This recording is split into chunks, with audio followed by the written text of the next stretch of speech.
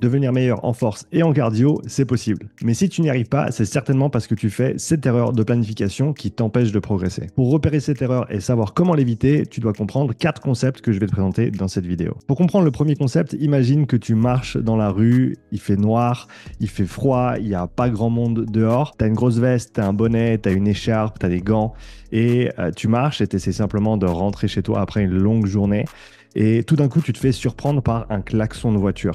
Tu sursautes forcément, tu te retournes, tu essaies de comprendre ce qui se passe. C'est sorti de nulle part, il n'y avait pas de bruit avant, maintenant il y a eu un klaxon. Maintenant, imagine une autre situation. Tu marches dans la rue, c'est le milieu de la journée, tu es au centre-ville, c'est un jour de semaine, il y a plein de monde dans la rue, ça klaxonne à gauche et à droite, les gens écrient à gauche et à droite. Bref, tu as plein de sons et tu arrives complètement à les ignorer simplement parce qu'il y en a tellement que tu sais que ça sert à rien de les écouter. Et il y a un principe important de la planification et de l'entraînement qui s'appelle l'adaptation.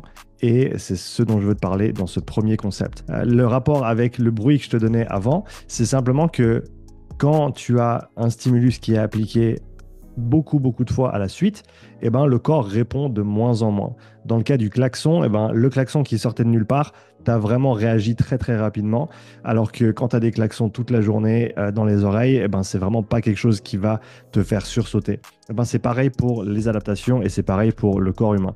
C'est-à-dire que plus tu vas appliquer un stimulus et moins il va engendrer d'effets d'adaptation sur l'organisme. On reviendra à la fin de cette vidéo pour mettre tous ces concepts ensemble pour que tu comprennes en quoi ça peut t'aider à développer ta force et ton endurance. Pour introduire le deuxième concept, je veux te parler d'abord des interférences entre le travail d'endurance et le travail de force. On entend souvent cet argument pour soutenir le fait de ne pas travailler ces deux qualités, mais la vérité c'est que oui, il existe des interférences, c'est-à-dire que si tu essayes de maximiser ton travail de force et de maximiser ton travail d'endurance en même temps et que tu essayes de faire ces séances côte à côte ou l'une après l'autre, eh ben forcément tu vas avoir une déperdition de performance sur la deuxième séance par rapport à la première séance que tu as effectuée, notamment si une est en force et l'autre est en endurance. Mais ce que les gens oublient, c'est qu'il y a encore quelque chose qui s'appelle le transfert des qualités physiques. C'est-à-dire que le principe de spécificité qu'on entend souvent cité en planification et qui, à tort, à mon avis,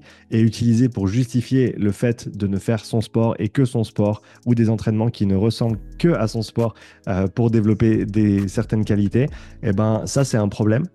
Parce que la vérité, c'est que le principe de spécificité, il veut dire que les adaptations à l'entraînement sont spécifiques à la contrainte imposée. Et donc forcément, si tu fais un entraînement de force, tu vas avoir des adaptations qui sont engendrées, qui découlent du stimulus qui est appliqué, notamment au niveau de l'augmentation de la masse musculaire, augmentation de la contractilité, de l'impulsion neuromusculaire que tu vas pouvoir fournir au niveau du système nerveux.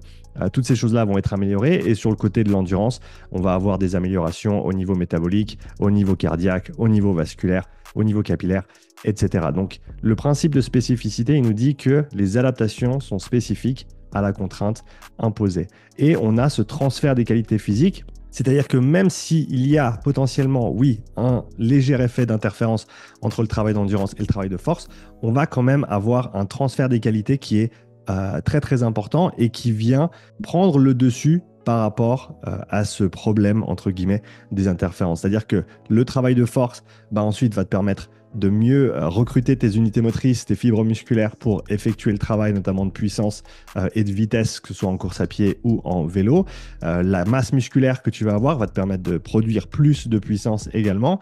Et à l'inverse, le travail d'endurance va avoir un transfert sur ton travail et sur tes qualités de force, car il va augmenter ta capacité de travail, ta capacité de récupération, la vitesse de récupération, même entre des séries de squats, ça je le vois encore et encore. Donc on a vraiment ce transfert qui s'effectue et tu dois comprendre ce concept si tu veux éviter l'erreur de planification qui t'empêche de progresser en force et en endurance. Avant de passer au concept suivant, je voulais te dire que je viens de te créer un nouveau guide cardio, une mini-formation en 4 vidéos qui va t'aider à améliorer ta pratique sportive et surtout ton endurance. Alors si tu veux en savoir plus et soutenir la chaîne Upside Strength, clique sur le premier lien dans la description. Maintenant, le troisième concept que je voulais aborder dans cette vidéo, il a à faire avec les deux différents modes avec lesquels tu peux approcher une compétence physique. Ce que je veux dire par les deux différents modes, c'est-à-dire que tu peux être en mode développement ou tu peux être en mode maintenance. Il y a vraiment ces deux options, mais on ne fait pas assez la différence en planification, on veut tout le temps être en mode développement pour tout. Et c'est une des raisons qui fait que tu ne progresses pas comme tu le souhaites.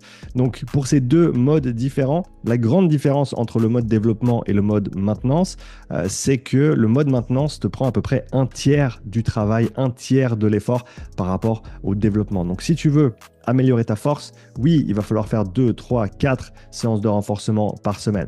Mais si tu veux maintenir tes qualités de force, il te suffit de faire une séance, voire 2 petites séances dans la semaine et ça va te suffire pour maintenir la grande majorité de tes acquis en force pendant que tu travailles une autre qualité physique. Et c'est pareil en endurance. Si tu veux maintenir ce que tu as développé en endurance, tu n'as pas besoin de faire 4, 5 séances par semaine. Tu peux le maintenir avec un volume bien moins important, ce qui, encore une fois, fait de la place pour les autres qualités que tu veux travailler. Le quatrième concept, c'est celui de la patience.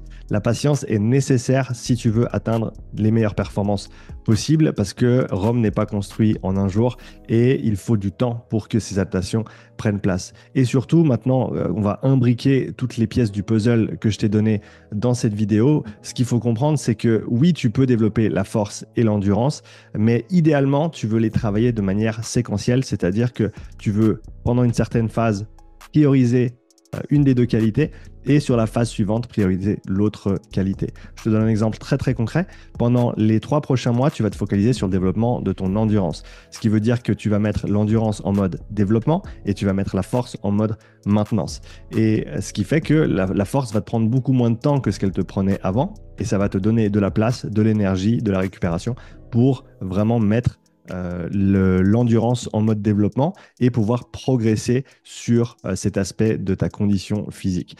Et donc, on va minimiser forcément les interférences durant cette phase d'entraînement, étant donné qu'on a priorisé l'endurance et on a mis en mode maintenance la force, mais on va aussi avoir un transfert de ces qualités à la suite de ces 2-3 mois d'entraînement en endurance, où on va avoir une meilleure récupération, une meilleure base de travail, ce qui nous permettra sur le cycle suivant de basculer sur le développement en force et le maintien en endurance. Et on se rappelle du premier concept qu'on a vu, celui de l'adaptation. Donc, si tu n'as pas beaucoup soumis ton corps à un certain stimulus pendant une période de temps, alors dans cette première phase, on était plutôt sur l'endurance, la force en maintien, et ben quand tu vas inverser les rôles et tu vas mettre l'accent sur la force, et ben ce nouveau stimulus, avant tu n'avais qu'une seule séance par semaine, peut-être 2 fois 20 minutes, 2 fois 30 minutes, si tu voulais les séparer, et tout d'un coup, tu passes à 2-3 séances de force par semaine, et ben, ce nouveau stimulus va faire que ton corps répond encore mieux qu'avant parce que le meilleur entraînement, c'est celui que tu n'as jamais fait ou que tu n'as pas fait depuis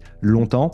Et ces différentes phases d'entraînement suffisent à faire que le corps se resensibilise finalement à un certain stimulus, ce qui te permet dans la phase suivante de la mettre en mode développement et de vraiment pousser les choses de l'avant. Et forcément, il faut de la patience parce que tout ne va pas se passer d'un coup. Et donc, pour y venir, l'erreur que je vois, l'erreur de planification numéro 1 qui t'empêche de progresser en force et en endurance, c'est que tu veux tout travailler en même temps. C'est que tu essaies de tout maximiser, mais forcément, il n'y a pas assez de place dans la semaine, il n'y a pas assez de récupération, il n'y a pas assez de jours, il n'y a pas assez d'heures.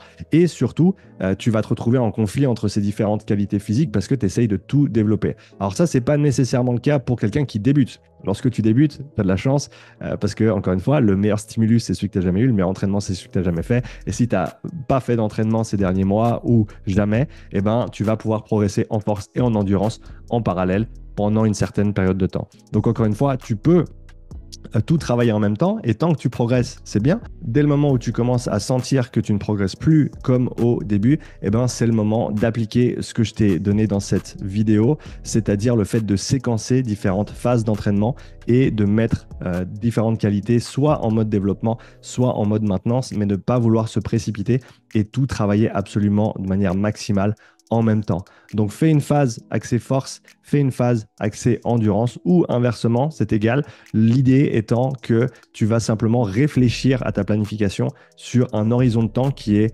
de 3 mois, de 6 mois, plutôt que de simplement regarder les 7 jours qui suivent, la semaine qui vient et essayer de mettre absolument tous tes entraînements dans une seule semaine. Non, ça ne marche pas comme ça.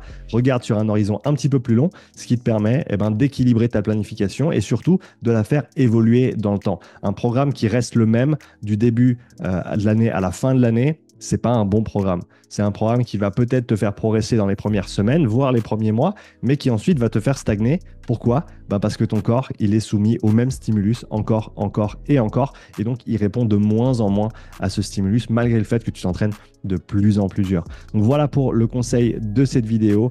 Planifie de manière intelligente, séquence différents cycles d'entraînement avec des qualités en maintien et des qualités en développement. Je me réjouis de lire comment toi tu opères au niveau de ta planification à l'année dans les commentaires de cette vidéo. On se voit dans la prochaine. À bientôt.